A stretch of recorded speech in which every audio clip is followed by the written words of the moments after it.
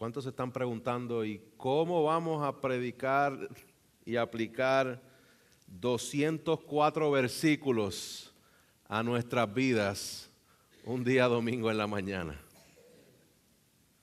Por eso es que necesitamos la ayuda del Señor, mis hermanos. Porque Él nos dijo en Juan 15:5 que separados de Él no podemos hacer nada. Nada. Pastor Roberto trajo tratando de poner el tiempo para salir por lo menos un poquito antes de las 2 de la tarde. Pastor Roberto, no son bromas por si acaso. El Pastor Roberto habló de una unidad predicable. Si ustedes se fijan en la manera en que terminó el capítulo 10 y la manera en que comienza el capítulo 16, se dan cuenta que lo que está en el medio es algo que debe ir junto. En el capítulo 10 vimos la rebelión de Nadab y Abiú, luego de dar Dios unos establecimientos específicos de cómo se deben acercar a la santidad de Dios, a la presencia de Dios. Lo que aparenta es que Nadab y Abiú trataron de entrar a ese lugar santísimo sin seguir los requerimientos que Dios había establecido, y vimos lo que sucedió en Levítico 10, ellos murieron. Luego de esto, el Señor se va a encargar ahora de que el pueblo esté claro en ciertas áreas de la vida de lo que es inmundo, de lo que es limpio y de lo que es santo. Por lo tanto, esto es lo que vamos a estar cubriendo el día de hoy, y es como si fuera un proceso de control de calidad. No sé si alguna vez usted ha visto estos videos de cómo estas compañías grandes hacen los productos y hay esta gran maquinaria que está pasando un montón de productos, y de momento hay personas específicas que están identificando como control de calidad algunos de esos productos que no cumplen con las especificaciones del producto. Y estos productos son separados al lado, y si no lo logran arreglar o si no tiene arreglo, este producto es sacado, es destruido, no es usado. Levítico 11 al 15, y en cierta manera Levítico completo, nos enseña que el pueblo de Israel no son buenos y hay alguna que otra excepción que deben ser sacados esos malitos. No. Lo que enseña es que el pueblo es inmundo. Lo que enseña es que la humanidad es inmunda, pero Dios en su misericordia ha rescatado, elegido este pueblo para Él habitar en medio de ese pueblo que es inmundo, pero Él le provee un sistema de sacrificios para limpiarlo. Porque lo inmundo no puede conectarse directamente con lo santo de Dios sin que hayan consecuencias, como le pasó a Nadab y a Abiú. Por lo tanto, debe haber un proceso de limpieza de lo inmundo a lo limpio para que pueda tener un acceso a lo santo. Esto es lo que vemos en Levítico 11 al 15. Y yo sé que puede ser abrumador toda esta cantidad de información que nosotros hemos leído en todos estos capítulos, pero debemos estar claros en que la gran mayoría, si no la gran mayoría de lo que está aquí, Levítico 11 al 15, es cosas específicas que van dirigidas al pueblo de Israel y debemos saber cómo aplican a nosotros. En Levítico 11 al 15, Dios separa lo inmundo de lo limpio. Los israelitas, como pueblo separado para Dios, debía también separar lo inmundo de lo limpio. Y vamos a ver que los sacerdotes tenían una gran responsabilidad de separar lo inmundo de lo limpio. Por lo tanto, Dios está proveyendo un sistema para que el pueblo pueda ser limpiado de su inmundicia, para así poder entrar en la presencia del Dios Santo. No se pierda la semana que viene, se repartieron unas invitaciones para que todos ustedes por lo menos inviten a una persona. Yo les lanzo este reto para que todos ustedes traigan por lo menos a un invitado. la semana que viene que celebramos la resurrección de nuestro Señor Jesucristo. Anuncio no pagado. ¿Y por qué Dios tiene que separar lo inmundo de lo limpio? Porque Dios es santo. Y Dios estaba separando este pueblo para que estuviera en su presencia. Este pueblo inmundo debía ser limpiado para que pudiera ser santo. Yo creo que una ilustración de esto la da el salmista en el Salmo 24 cuando él hace la pregunta: ¿y quién subirá al monte del Señor? ¿Y quién podrá estar en su lugar santo? El limpio de manos y puro de corazón. Este es mi argumento en esta mañana. Debemos vivir en santidad porque Dios nos ha limpiado de nuestra inmundicia. Debemos vivir en santidad porque Dios nos ha limpiado de nuestra inmundicia. Y para aquellos que les encanta tomar notas, específicamente en un texto tan amplio como este, creo que es importante que sepamos dónde estamos ubicados. Lo que voy a estar haciendo es que voy a explicar estos 5 capítulos en 4 partes. La primera parte va a ser Dios separando lo inmundo de lo limpio. La primera parte con la dieta. Capítulo 11, capítulo 12, purificación después del parto. Ese es el punto número 2, purificación después del parto. El 3, leyes sobre la lepra. 4, purificación de impurezas sexuales. Luego de esto, voy a hacer una transición explicando cómo Cristo es el cumplimiento de todo esto.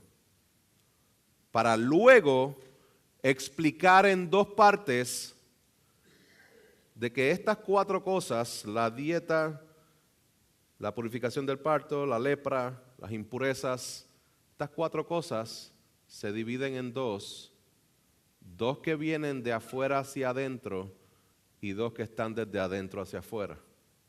So, vamos a empezar, porque si no, se nos va a hacer bien difícil, ¿no? Dios habló a Moisés, Levítico 11:1, Levítico 12:1, 13:1, 14:1, 14:33, 15:1. Aquí hay 6 veces donde Dios está hablando al pueblo. Hermanos, les recuerdo esto y empiezo por aquí porque es esencial que nosotros no perdamos de vista que esto sigue siendo palabra de Dios, aunque sea complicada de entender. Aunque no le encontremos una manera tan directa de cómo yo aplico esto a mi vida, esto no tiene nada que ver conmigo. Sí, a lo mejor no aplica directamente a ti, pero esto sí tiene que ver contigo. El salmista se deleitaba en la ley de Dios y esto es parte de la ley de Dios establecida. En el Nuevo Testamento dice que toda escritura es inspirada por Dios. Y esa escritura de la que se refiere es esto que acabamos de leer. Así que aquí vemos el punto número 1, donde vemos que Dios está separando lo inmundo de lo limpio y lo hace primero con una dieta para distinguir lo inmundo y lo limpio. Cuando hablamos de una dieta, estamos hablando de algo exterior a lo que va a ir al interior, lo que comemos, lo que consumimos. ¿Cuál es el resumen de este capítulo? Bueno, en este capítulo vemos leyes sobre animales impuros y animales que no son impuros. ¿Cuáles son los que deben comer? ¿Cuáles son los que no deben comer? Los versos 1 al 8 vemos animales terrestres. Se podían comer animales que rumían y tenían la pezuña hendida. No se podían comer los animales que no cumplían estas condiciones, como el cerdo o el camello.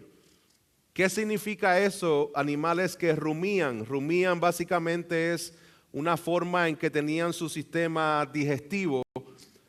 Animales como la vaca, como el cordero, comen pasto por lo general y están masticando, y eso no va directamente al estómago, sino que va a cierta parte de su sistema digestivo donde eso vuelve y regresa a la boca, ellos vuelven a masticar lo que habían masticado y están en ese proceso. Por eso si usted le presta atención a una vaca, casi siempre está masticando. Entonces ese proceso es lo que se refiere con rumían. Y tenían la pezuña hendida. Esos eran los tipos de animales que sí podían comer, los otros no los podían comer. Segundo tipo de animales los vemos del 9 al 12, vemos los animales acuáticos. En resumen, se comían los animales que tenían aletas y escamas. Los que no tenían aletas y escamas no los debían comer. Cuarto, las aves. Hay una lista un poco extensa de las aves que no deben comerse. Aunque no se especifican las que deben comerse, sí se especifican las que no deben comerse. Y la conexión entre todas esas aves es que son aves rapaces o aves carroñeras. Luego de esto, versos 22 al 20 al 23, vemos los insectos. Generalmente los insectos eran impuros, pero habían ciertos animales que eran insectos que sí podían comer, como las langostas, saltamontes y grillos. Habían ciertos animales reptiles, todos los animales reptiles en este caso no podían ser comidos, versos 29 al 31. Entonces, la impureza de ciertos animales era para que no los consumieran, pero tampoco para que los tocaran. Tocarlos pudiera representar también inmundicia. Acerca de toda esta dieta, ¿qué comer? Estos animales sí, estos no. ¿Por qué los de pezuña hendida? ¿Qué tiene que ver? ¿Por qué pezuña hendida? ¿Por qué los de aleta y escamas y no los que? ¿Y por qué aquellas aves y no estas aves? Hay 1001 preguntas del por qué de esta dieta en específico. ¿Por qué? Los teólogos a través de la historia han llegado a ciertas especulaciones de por qué está establecido esa lista de animales puros e impuros. Hay veces que han dicho que esto tiene que ver para mantener una dieta saludable para el pueblo. Dios quería que el pueblo estuviera saludable y para proteger su dieta, pues para eso Dios le había dicho cuáles eran los animales que le convenían y cuáles eran los que no le convenían. Ahora, debemos descartar esa idea porque vemos en las Escrituras que muchos de los animales que fueron declarados impuros son animales que usted y yo comemos el día de hoy. Amén. Ok. So, le quitamos a los hispanos el cerdo. Vamos a decirlo así. Gloria a Dios por Cristo.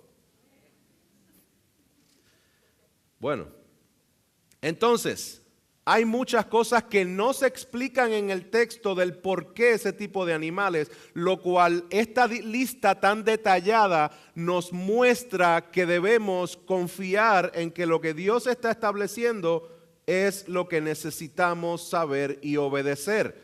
Aunque no explica el porqué de ciertas cosas, sí explica el propósito. Y esto se los quiero leer. Al final, verso 43 al 47, él dice: no se hagan abominables por causa de ningún animal que se arrastre. No se contaminen para que ustedes no sean inmundos. Y aquí va la razón. Porque yo soy el Señor su Dios. Por tanto, conságrense y sean santos, porque yo soy santo. No se contaminen, pues, con ningún animal que se arrastra sobre la tierra, porque yo soy el Señor, que los he hecho subir de la tierra de Egipto para ser su Dios. Serán pues santos, porque yo soy santo. Esta es la ley de los animales, de las aves, de todo ser viviente que se mueve en las aguas y de todo animal que se arrastra sobre la tierra, para hacer distinción entre lo inmundo y lo limpio, entre el animal que se puede comer y el animal que no se puede comer. Hermanos y hermanas, el propósito de estas leyes era enseñar a Israel a distinguir entre lo limpio y lo inmundo y a vivir una vida apartada para Dios. ¿Qué principios nosotros podemos sacar de este capítulo? Número 1, Dios quiere que su pueblo obedezca la palabra.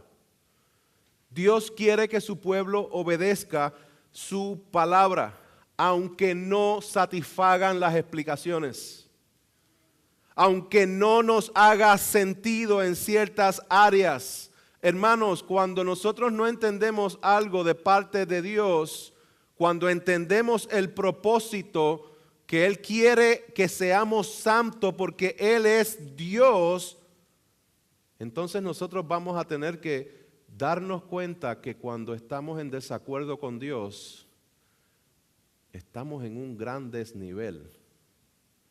¿Quiénes somos nosotros para estar cuestionándole a Dios? Pero le cuestionamos. Y cada vez que le cuestionamos las cosas que Dios permite o las cosas que Dios ordena, lo que en nuestra imaginación y en nuestro pecado estamos haciendo es tratar de bajar a Dios a nuestro nivel y hablarle como si Él fuera uno de nosotros. Y Él no es así. Dios es Dios. Cuando Dios ordena, su pueblo obedece. Entonces, principio número 1, Dios quiere que su pueblo obedezca su palabra. Principio número 2, Dios separa a su pueblo para que sean claramente identificables. En aquellos tiempos y todavía en estos tiempos, la manera universal de compartir y de desarrollar relaciones, ¿cuál es? Comer juntos, ir a la mesa, compartir, comer una comida. ¿Verdad que sí? Desde el principio es así. Dios quiere establecer, y este es el único Dios de todos los dioses falsos, de todas las religiones falsas. Este es el único Dios que establece una dieta específica para su pueblo, para que su pueblo cuando vaya a la mesa no se esté mezclando con lo inmundo. Dios separa a su pueblo. Esta dieta era única para su pueblo. Hoy día no es necesariamente con la dieta la manera en que como nosotros vamos a ser identificables como cristianos, sino con nuestro estilo de vida. Desde ese momento el pueblo, por la manera de comer, se podía decir quién era su Dios. Hoy día nosotros, por nuestra manera de vivir, se debe establecer quién es el Dios de esa persona. No debemos mezclarnos y amar al mundo de la misma manera que el mundo lo ama y decir que seguimos a Cristo. Esto es lo que la palabra dice en 1 de Juan 2, 15 y 16. No amen al mundo ni las cosas que están en el mundo. Si alguien ama al mundo, el amor del Padre no está en él.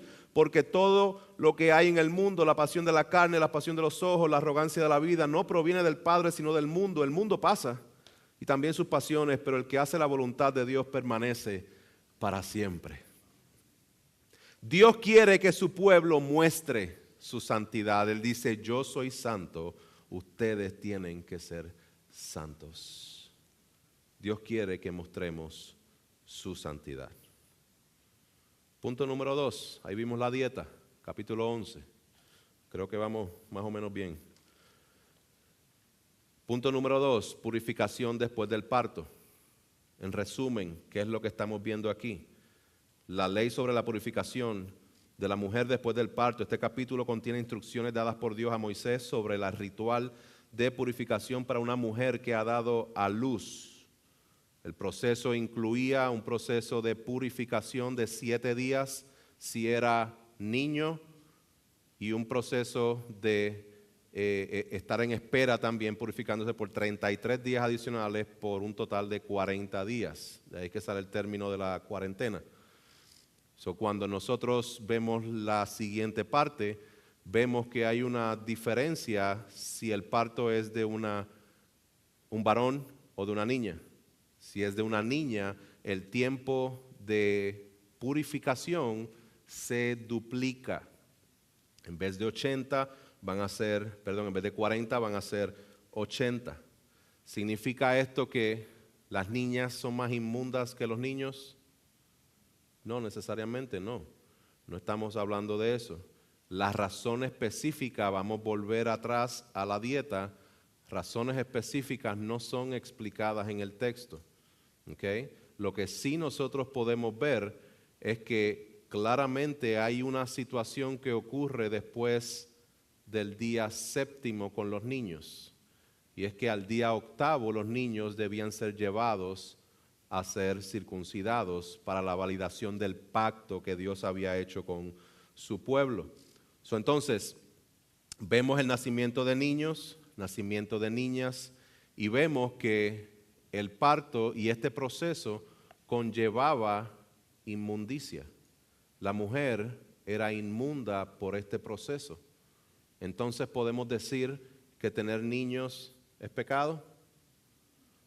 Como diría Pablo, de ninguna manera, porque la palabra del Señor nos enseña y nos manda desde el principio a que seamos fecundos y que se multipliquen. Salmo 123 dice, un don del Señor son los hijos y recompensa es el fruto del vientre. Pues entonces, aquí lo que está ocasionando la inmundicia no necesariamente es el hecho de que un niño o una niña hayan nacido, sino el hecho de que este proceso es un proceso que está atado al dolor y al derramamiento de sangre.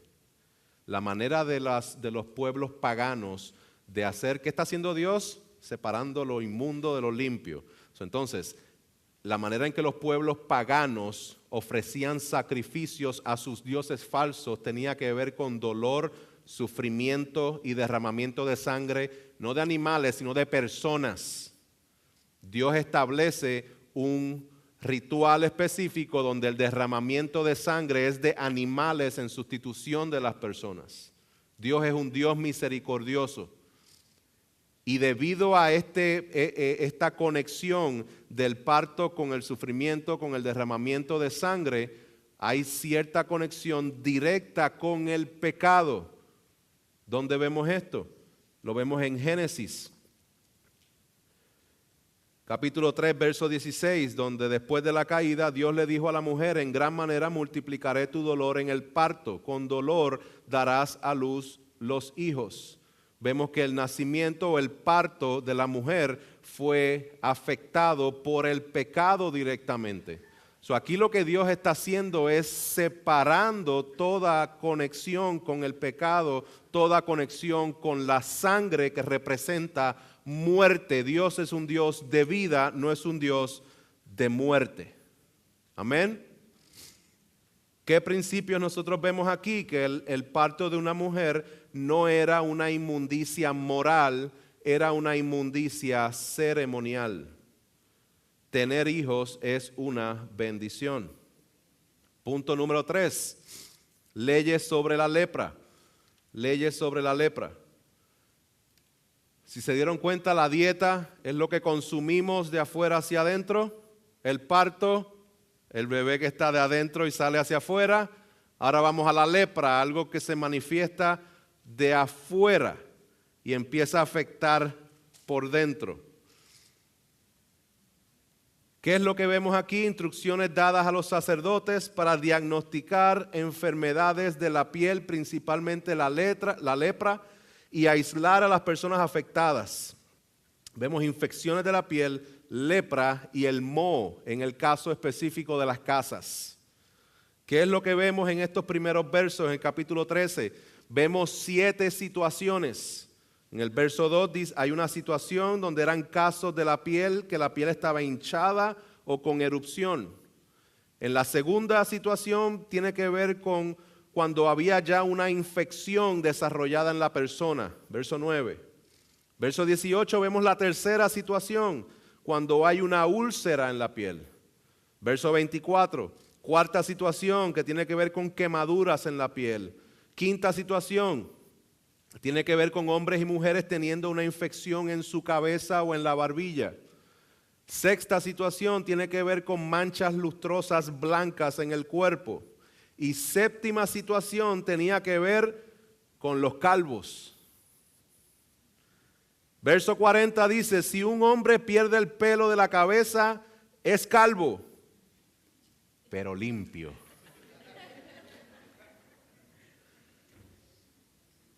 Un teólogo dijo en cierta ocasión, Dios dio a algunos cabezas perfectas, al resto les dio pelo. Eso no es cierto, mi hermano. Quería reírme un poco con esto, porque me disfruté muchísimo cuando Cuando vi eso, que el que pierde el pelo va a ser calvo, pero limpio. ¡Qué bendición! Hay muchos detalles aquí en las Escrituras, ¿ok? Y hay muchos criterios detallados, hay muchos síntomas que van a estar ocurriendo con respecto a las infecciones de la piel.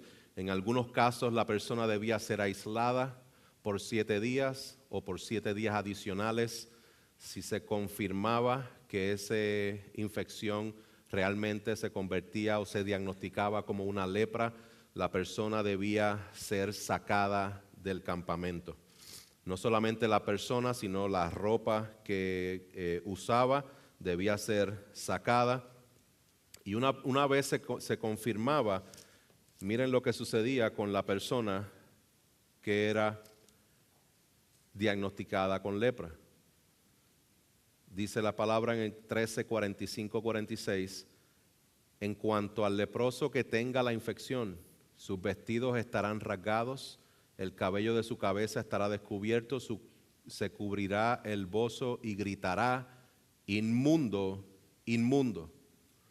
Permanecerá inmundo todos los días que tenga la infección, es inmundo, vivirá solo, su morada estará fuera del campamento.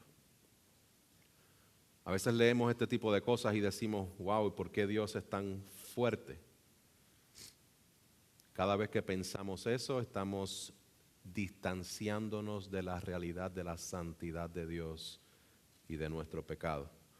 La lepra representaba un efecto visible del pecado, algo que contamina, que aísla y algo que necesita purificación.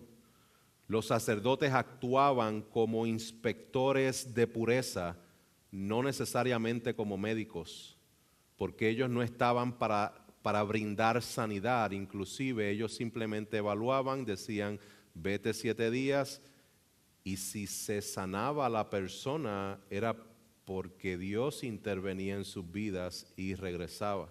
Dios es el que sana, no los sacerdotes. El capítulo apunta a la gravedad del pecado y a la necesidad de la santidad para nosotros poder habitar en la presencia de Dios. Y aquí hay varios principios. Dios tiene cuidado de cada detalle y debemos regocijarnos en su palabra siempre, reconociendo que Dios tiene completo cuidado de cada detalle de nuestras vidas también. Hermanos, el pecado existe y porque existe el pecado existe la enfermedad. Aclaro, no toda enfermedad de una persona está directamente conectada a un pecado que esa persona hizo, pero toda enfermedad la podemos conectar directamente a la caída en Génesis 3. Es a causa del pecado que entra la enfermedad a este mundo.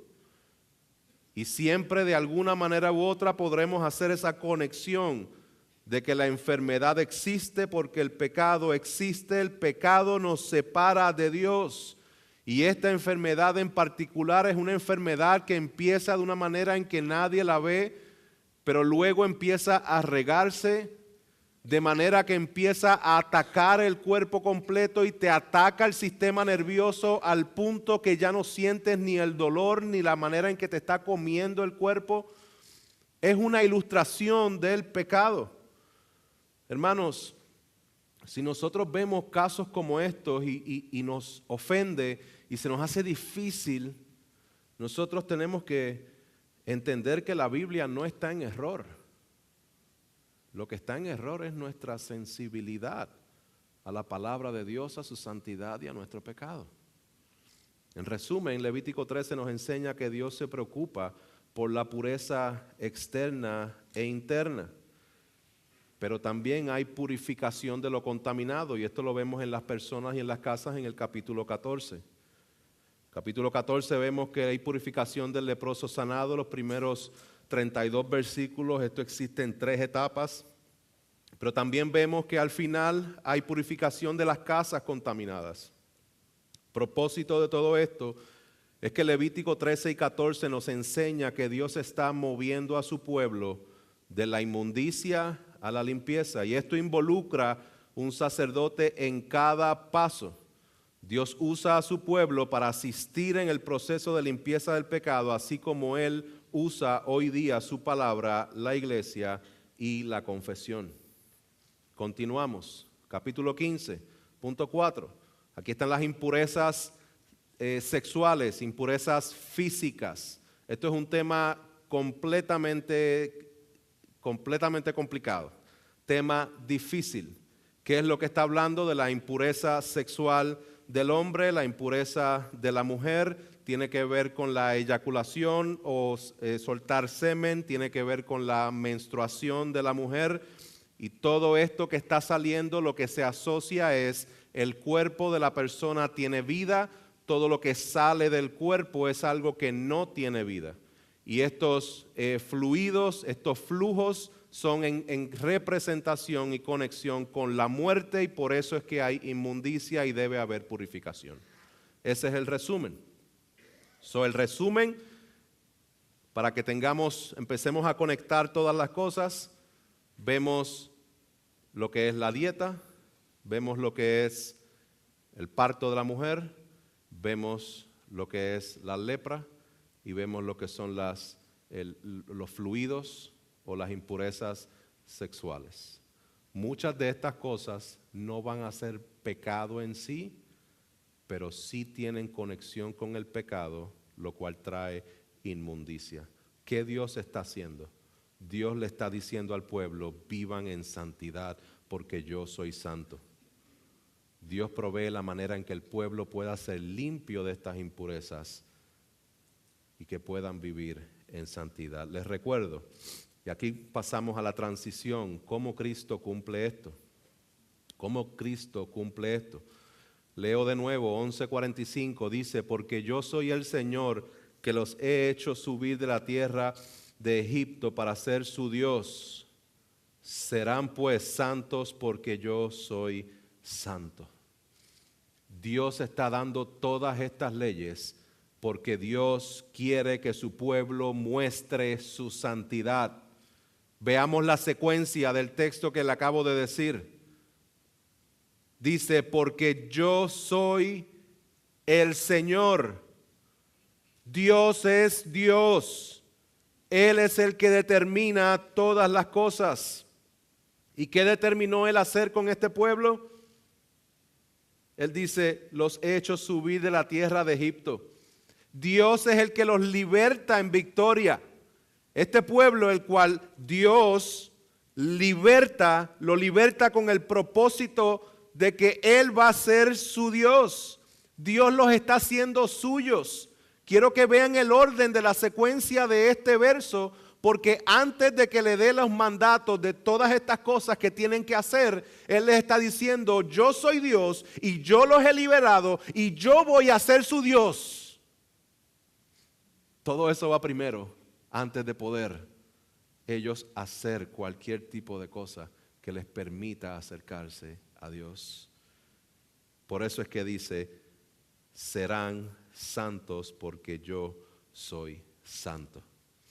Esta es la misma secuencia que nosotros vemos en nuestros días, el día de hoy. Jesús es Dios, Él es el Señor. Nosotros estábamos muertos en nuestros delitos y pecados. Es Jesús que nos liberta del pecado y de la muerte. Es Jesús el que nos adopta como hijos de Dios. Es Jesús el que después nos va formando en santidad. Jesús no te llama a que seas santo y arréglatelas por ti mismo. No, Jesús te rescata y dice, yo soy tu Dios y vengo a rescatarte. Jesús es el que vino a hacer la obra redentora en la cruz del Calvario, lo que ni tú ni yo podíamos hacer. Nosotros estábamos muertos en nuestros delitos y pecados, mas Jesús, siendo y teniendo toda la plenitud, vino a rescatarnos para que seamos santos. Esto lo vemos en Colosenses capítulo 2, lo vemos en el verso 9, dice, porque toda la plenitud de la deidad reside corporalmente en Él, y ustedes han sido hechos completos en Él, que es la cabeza sobre todo poder y autoridad. También en Él ustedes fueron circuncidados como una circuncisión no hecha por manos, al quitar el cuerpo de la carne mediante la circuncisión de Cristo, habiendo sido sepultados con Él en el bautismo, en el cual también han resucitado con Él por la fe en la acción del poder de Dios, que los resucitó de entre los muertos. Es Jesús quien nos libera, es Jesús quien nos da la victoria. Verso 13 dice, y cuando ustedes estaban muertos en sus delitos, como el pueblo, y cuando ustedes estaban en Egipto, dice aquí, y en la incircuncisión de su carne, Dios les dio vida juntamente con Cristo, habiéndonos perdonado todos los delitos, habiendo cancelado el documento de deuda que consistía en decretos contra nosotros y que nos era adverso, y lo ha quitado de en medio, clavándolo en la cruz, y habiendo despojado a los poderes y autoridades, hizo de ellos un espectáculo público, triunfando sobre ellos por medio de Él.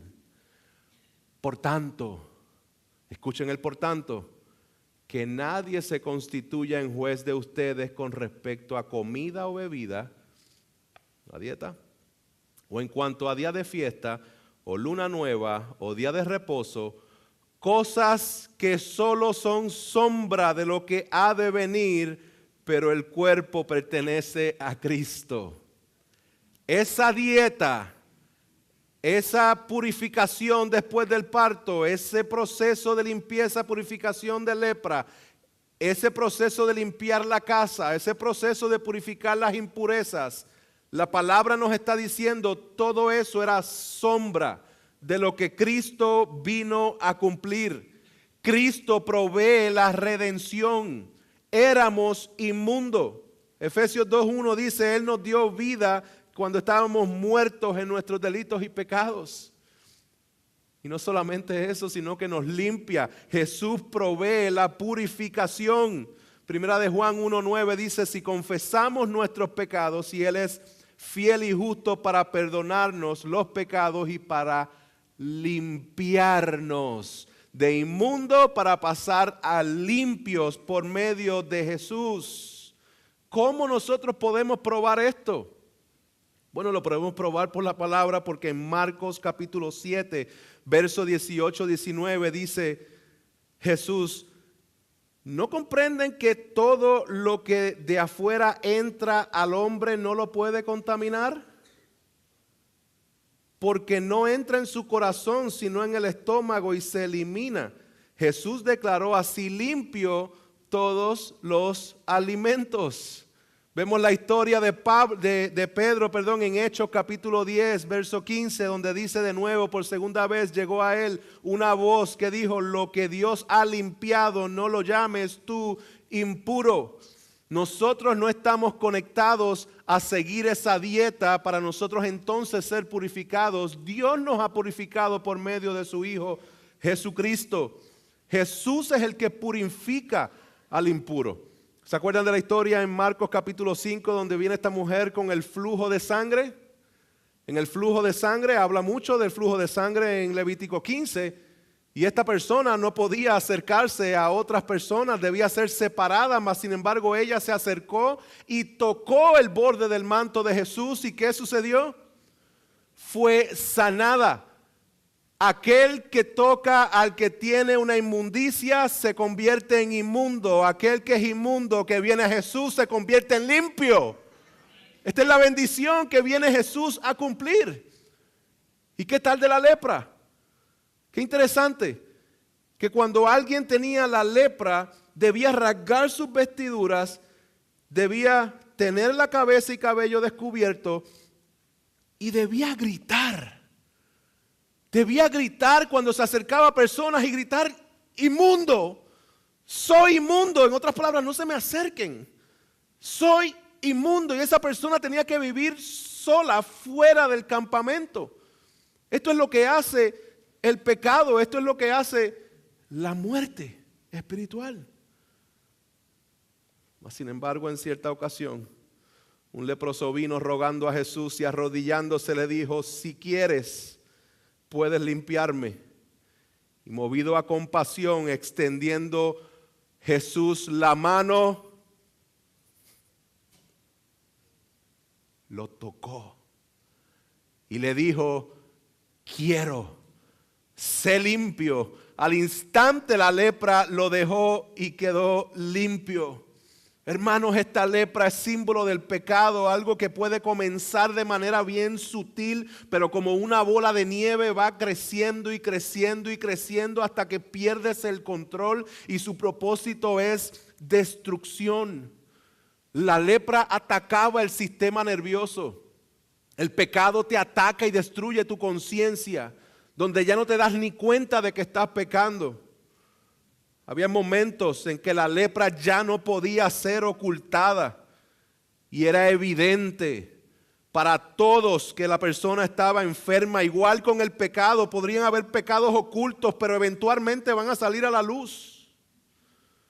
Y un día todos seremos juzgados.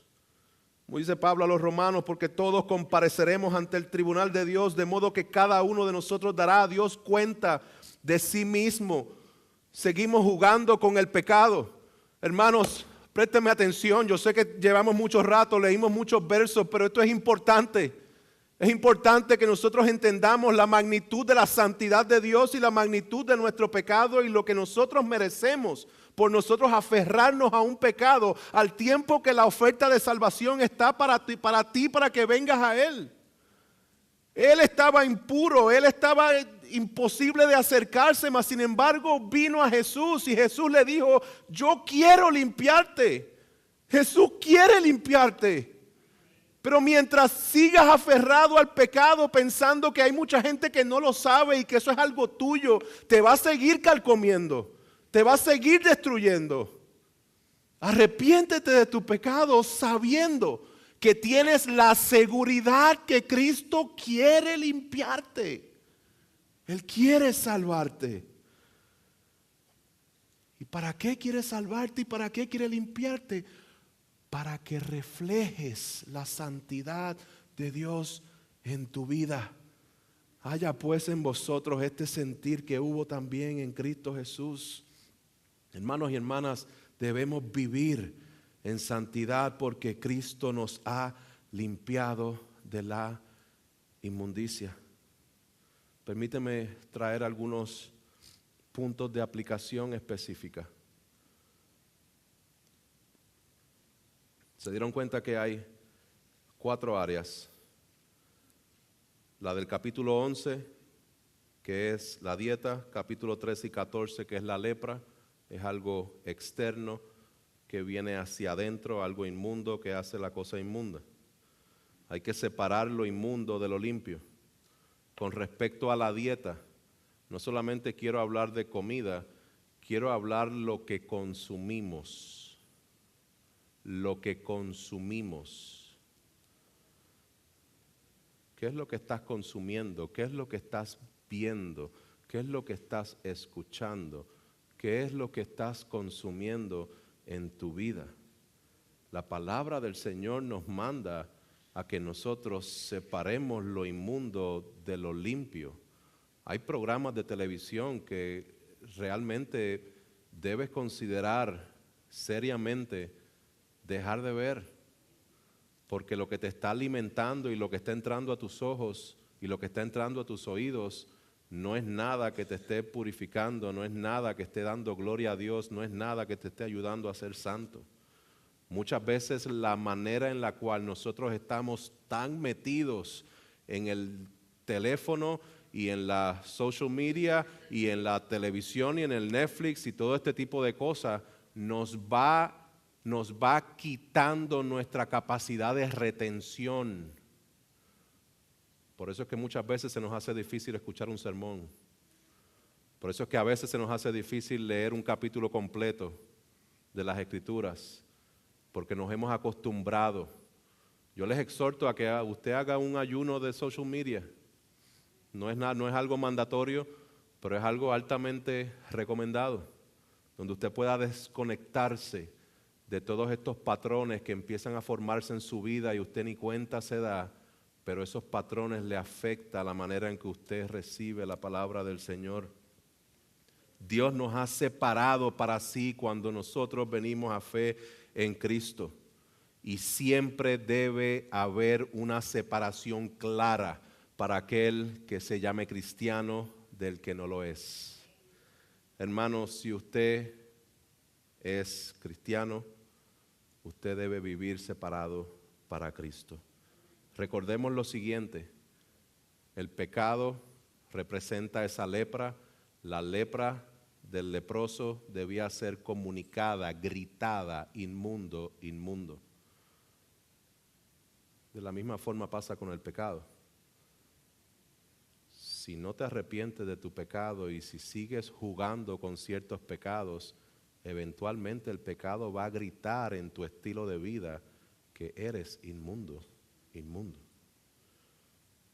Por eso es que cuando un pastor o un hermano va donde ti para llamarte a cuenta, porque a lo mejor hay un orden de prioridades en tu vida que no está bien, es porque simplemente a lo mejor tu pecado no está gritando inmundo, inmundo,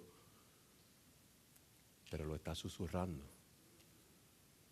Cuando tú no te estás congregando consistentemente, tu pecado está susurrando inmundo, inmundo. Cuando nosotros no nos estamos sometiendo a Dios en la manera en que amamos a nuestra esposa, en la manera en que amamos a nuestros esposos, hay un susurro que está diciendo inmundo, inmundo. Los que son estudiantes, si estás viviendo una vida aquí en la iglesia donde todo el mundo te ve y eres un buen cristianito, pero en la escuela eres otra persona porque allá nadie te conoce, estás susurrando, a lo mejor ya empezando a levantar la voz diciendo inmundo, inmundo en tu vida. Hermanos y hermanas, esto es cuestión de tiempo para que el pecado empiece a gritar, porque su propósito no es satisfacerte, su propósito es destruirte. Hermanos, mandato de Filipenses 1:27, solamente compórtense de una manera digna del Evangelio. Las otras dos partes tienen que ver con el parto, tienen que ver con lo que sale de los fluidos, algo que sale de adentro hacia afuera. Con respecto al parto, donde hay sangre, dolor y sufrimiento, quiero recordarles de que nuestra santificación es un proceso gradual. Si vemos todos los procesos de santificación, había que pasar tiempo. Esta mujer, cuando tenía una niña, pasaba 80 días y a lo mejor se sentía que ya estaba pura en el día 49, pero hay procesos. Si hay pecados en tu vida, arrepiéntete. Si te has arrepentido, realmente confiesa tu pecado y asegúrate que entiendas que el proceso de restauración es un proceso gradual. Sigue mortificando el pecado y confía en que su gracia es mayor. Sé paciente. Voy a terminar con esto. El llamado de este texto es que seamos santos. Dios separa lo impuro de lo limpio. ¿Okay? Quiero que recordemos lo que hacían los sacerdotes. Los sacerdotes ofrecían sacrificio, presentaban las ofrendas, sacrificaban animales, derramaban la sangre, enseñaban al pueblo, monitoreaban la dieta, diagnosticaban la enfermedad, examinaban al pueblo, examinaban las casas. ¿Quién quería ser sacerdote en aquel tiempo? El sacerdote declaraba quién estaba inmundo y quién estaba limpio. El sacerdote entraba en el lugar santo. El sacerdote salía fuera del campamento. El sacerdote representaba a Dios delante del pueblo. ¿Y los creyentes? Aquí el sacerdote no es un retrato o no es una conexión directa con el pastor. Aquí el sacerdote del Antiguo Testamento es una conexión directa con el pueblo de Dios, con los creyentes. Es el pueblo de Dios el que es real sacerdocio. Es la iglesia la que declara quién es creyente y quién no lo es. Vivimos conociendo a Cristo y siendo formados a su imagen. Es la iglesia el que descansa, la que descansa en su obra perfecta, la que reconoce que Él es el sacrificio perfecto. Es la iglesia la que se cuida unos a otros.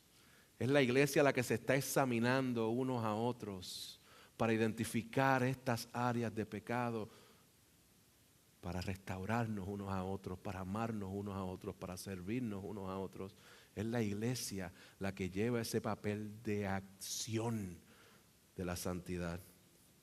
Primera de Pedro 1, 13 al 19 dice: por tanto, preparen su entendimiento para la acción. Sean sobrios en espíritu, pongan su esperanza completamente en la gracia que se les traerá en la revelación de Jesucristo. Como hijos obedientes, no se conformen a los deseos que antes tenían en ignorancia, sino que así como aquel que los llamó es santo, así también ustedes sean santos en toda su manera de vivir, porque escrito está: sean santos porque yo soy santos. Hermanos, en Cristo podemos ser santos porque hemos sido limpiados de nuestra inmundicia. Pongámonos de pie y oremos.